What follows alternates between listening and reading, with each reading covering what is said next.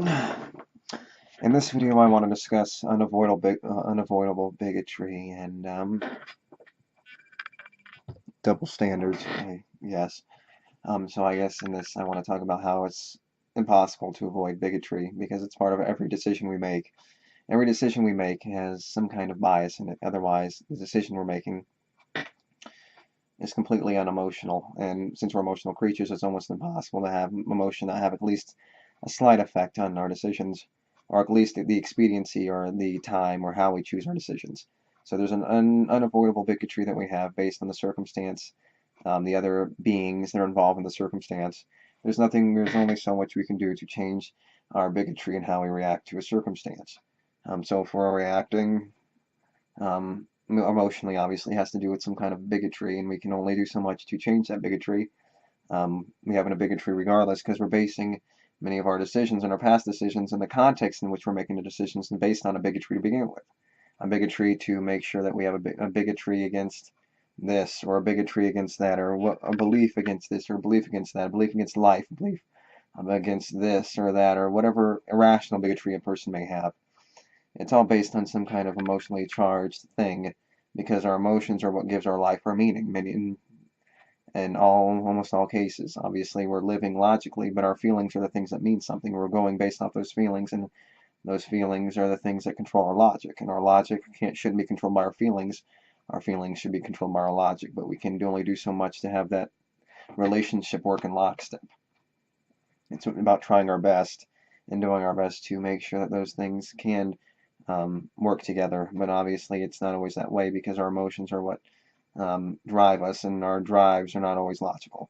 And in many cases, they're hedonistic. And hedonism is, generally speaking, not logical. It's selfish, and therefore it's not logical for the best ends for everyone. It can be, but generally speaking, it's not always the case. In many cases, you can just chalk it down to things are going to happen a certain way, and there's only so much we can do, and they're going to align sometimes and not. And intent at that point doesn't really matter because things are going to happen, and your intent is beyond your choice anyway. But no, to a certain extent, my intent is you're going to suffer the consequences after you make me suffer the consequences of your bigotry. So things are going to happen a certain way, like I mentioned before, with the choices and so forth and whatnot. So yes, we all have our bigotries and we all have our points of view. We all start off at a context, and we all start off at a point of view, and that point of view is, generally speaking, emotional, if that makes any sense. We have double standards. It's unavoidable. You're going to be around a person more. You're going to find it harder to let that person go. While a person that's far more worth your time is going to be washed away like nothing. Or any bigotry you have for family members, or nepotism you find for your children more than other children, or any children in general, saving your own child as opposed to 10 other children, or doing this or doing that, but creating that problem to begin with by having a child to create that value judgment to have to make that decision to begin with. I mean, it's only creating more horror and destruction and more detriment than anything. You're doing nothing to create a better world. The best world is a world that has no person to describe the world as a best or worst world to begin with. So you're trying to find a best world for a world that shouldn't have a description for a world shouldn't exist as a word. The best world is a world where there's no world for there's no word for a word, there's no world for a word for the best world. There's no description for a world. That's the best world, is when there's no words to describe a best or worst world. I guess that's the thing I'm trying to say and portray and get across in this description. So yes, I mean, the best world is no world whatsoever, at least from a sentient point of view. And that's exactly what we're doing, right? We're living, unfortunately. Um,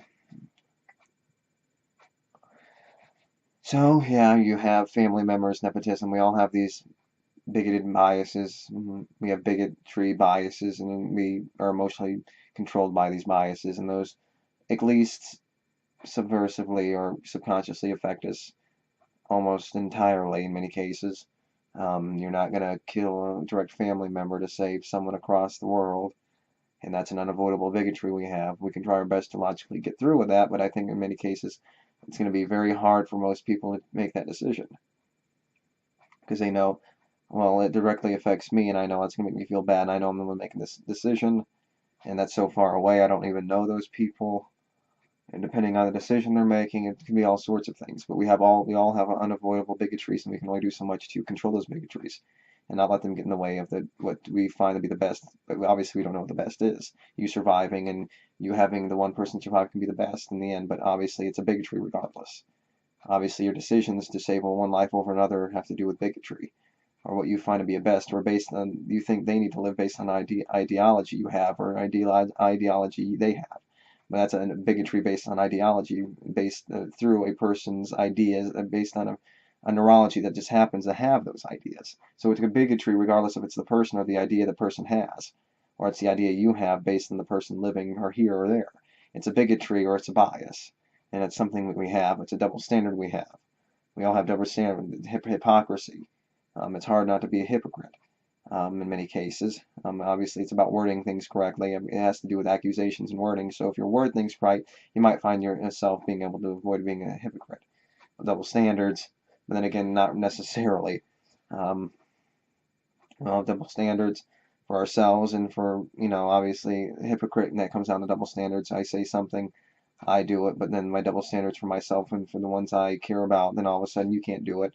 Oh, you can have long hair, but he can't. I'm going to reject him for having it, or something based on our preconceived biases and notions that control us in every decision and action we make and partake in. So it's something we can only do so much about. We can try our best, and it's about, like I mentioned before, about, the living thing. Why have one person sacrifice when you're just going to save other people that have to sacrifice? You're going to have one bigotry to